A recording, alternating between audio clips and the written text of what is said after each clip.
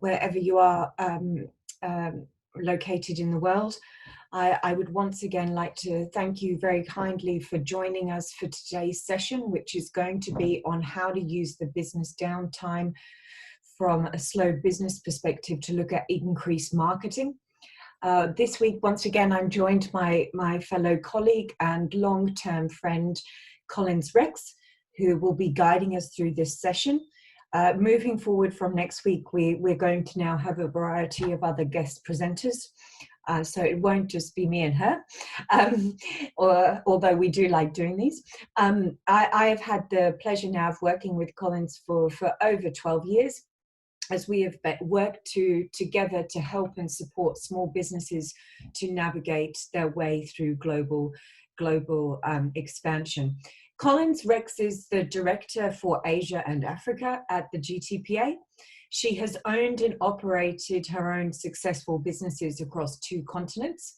And in her professional capacity, she assists clients across a range of international marketing, product development, and communication areas, helping them to get maximum return on their marketing investment.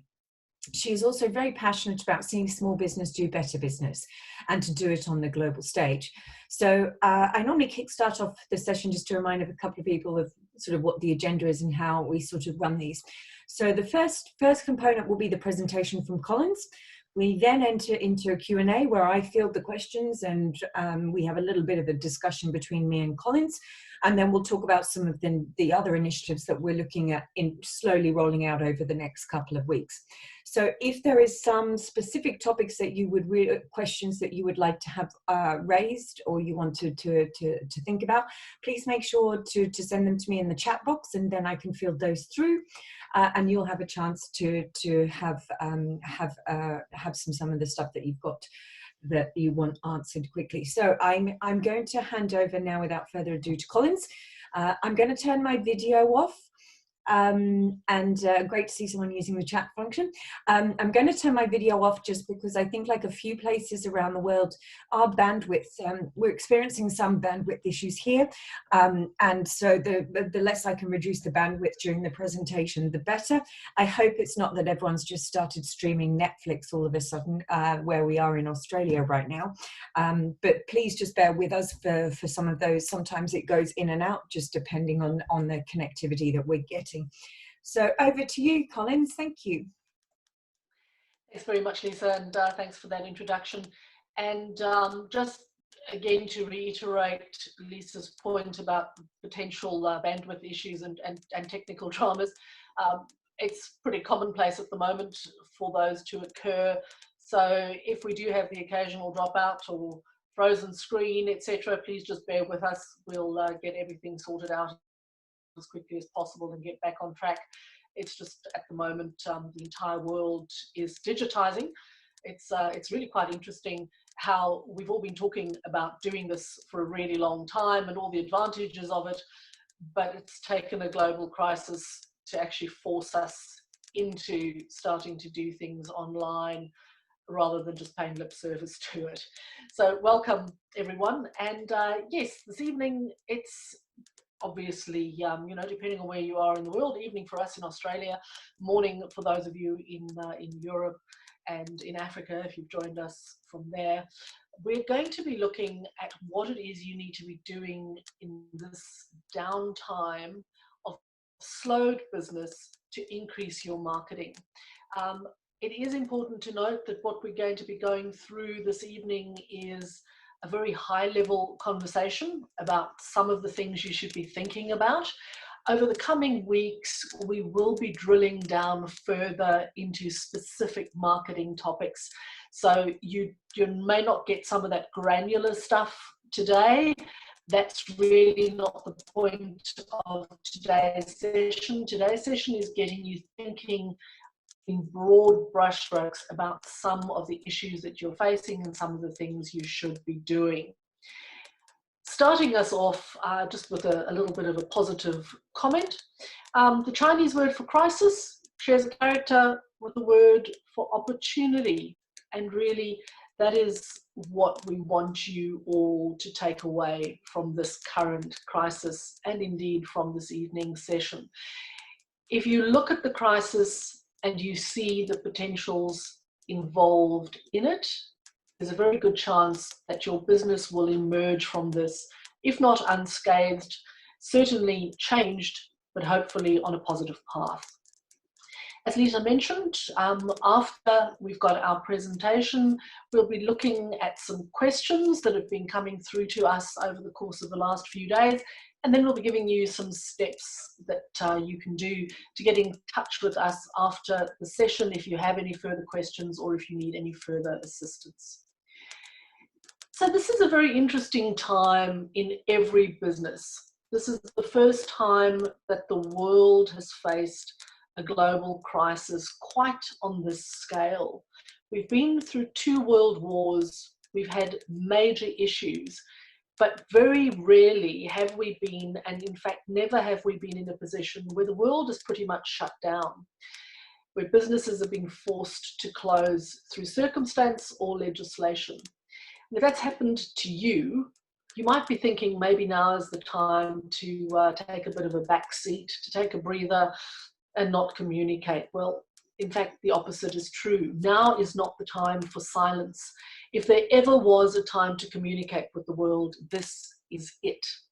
If your business has slowed down, and the fact that you're with us today probably means that it has, you now have time on your hands, and that means you have the time to spend communicating with your current customer base and building your future customer base.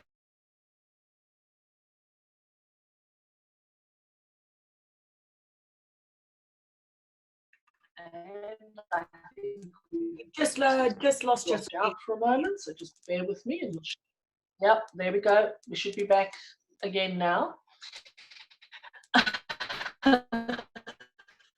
This is something that's really commonplace for us at the moment. As the bandwidth narrows, so things drop out, but I think we're back online now. So if you're in the fortunate position that your business is largely unchanged, you need to tell your customer base that it is unchanged. Things have changed on your side. You also need to be communicating that with your customer base. The market needs to know what you are doing at the moment. Your business has very little chance of surviving this crisis if you don't market and if you don't communicate what you do. If you lay the groundwork now, you'll be ready to hit the ground running when the COVID-19 crisis is past. And remember, this crisis will pass. We don't know how long it's going to take, but we do know that it will pass and that things will return to normal, even if it is a slightly different normal. And because it is a slightly different normal, or indeed a very different one, now is not the time for business as usual.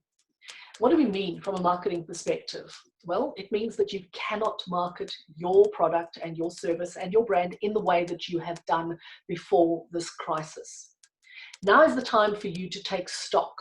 You need to do a full audit of your current marketing, and you need to decide what you can and indeed what you should be cancelling, or at the very least, what you should be pausing.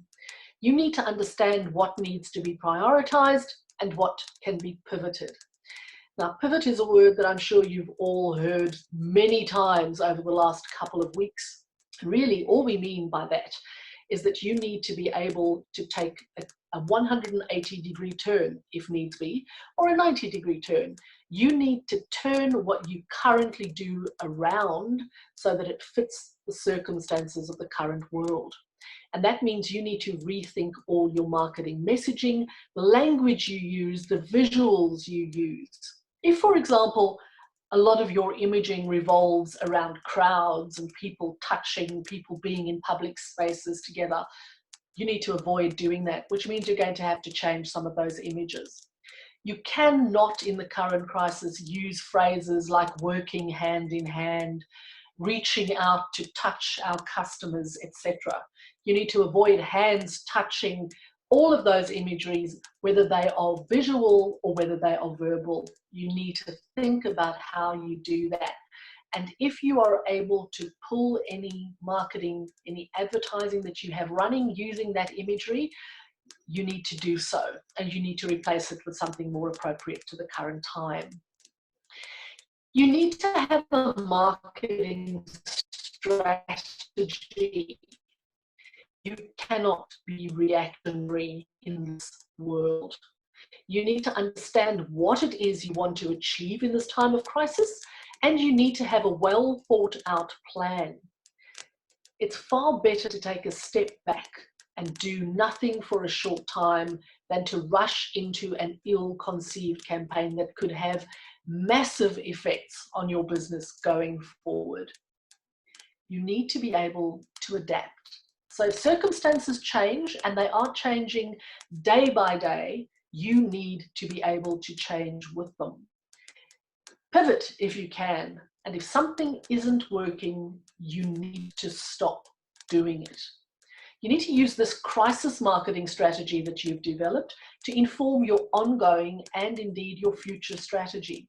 This is a very interesting time because you will find that in this time of crisis, you're probably going to see a whole new side to your existing customer base. And you will almost certainly identify a whole new one. You need to have a strategy that works for now, and you need to have a strategy that works for tomorrow. You need now to be thinking of new marketing channels. If you've never used social media, for example, as a marketing channel, now is the time to start. Social media, that is where just about everybody is going for their information. The days of people finding what they need to know by watching television, by listening to news broadcasts, etc., are long gone. Those are secondary now to the immediacy of social media, and that is what you need to plug into. You need to become a digital marketing expert if you are not one, and if you cannot, for whatever reason, acquire those skills yourself, you need to draw on the skills of someone who is an expert. And remember, that someone doesn't have to be a member of staff or an outside consultant that you pay. It could in fact be your life partner. It could be your teenage son or your daughter. You need somebody that understands the world of digital marketing, who lives and breathes in that world, and you need to get the information from them. Now is the time for thought leadership and content generation, because now is the time for your business to focus on communication. We live in very troubled times. People are at best nervous and at worst frightened. Now is the time to help. You need to communicate your dedication to health and safety. Your customers, your staffs, and indeed your own. You need to be telling the market what it is that you are doing to safeguard their health and their safety, and what it is you're doing to protect your people. Your customers want to know that you're not trading on the backs of your people without regard for their safety. So tell them what it is you're doing. Clearly communicate the benefits of your brand and your unique value proposition in the face of this crisis. You already know what it is that you do well. Now you have to understand what you do well in this time. If your offering has changed as a result of COVID-19, you need to tell the market. So if, for example, you're a manufacturer of garments and you've switched those normal garments to a manufacturer of PPE, tell the market. Not only will your existing customers want to know that you're not going to be able to supply what you've done in the past, but new potential customers need to know that you can now supply what they need. Add value in this time. It's not good enough to just be a push marketer. Now is not the time to be putting the hard sell on anybody. You need to create helpful content, even if that content isn't directly related to your product and your service. Stick to what you know, but not necessarily to what you're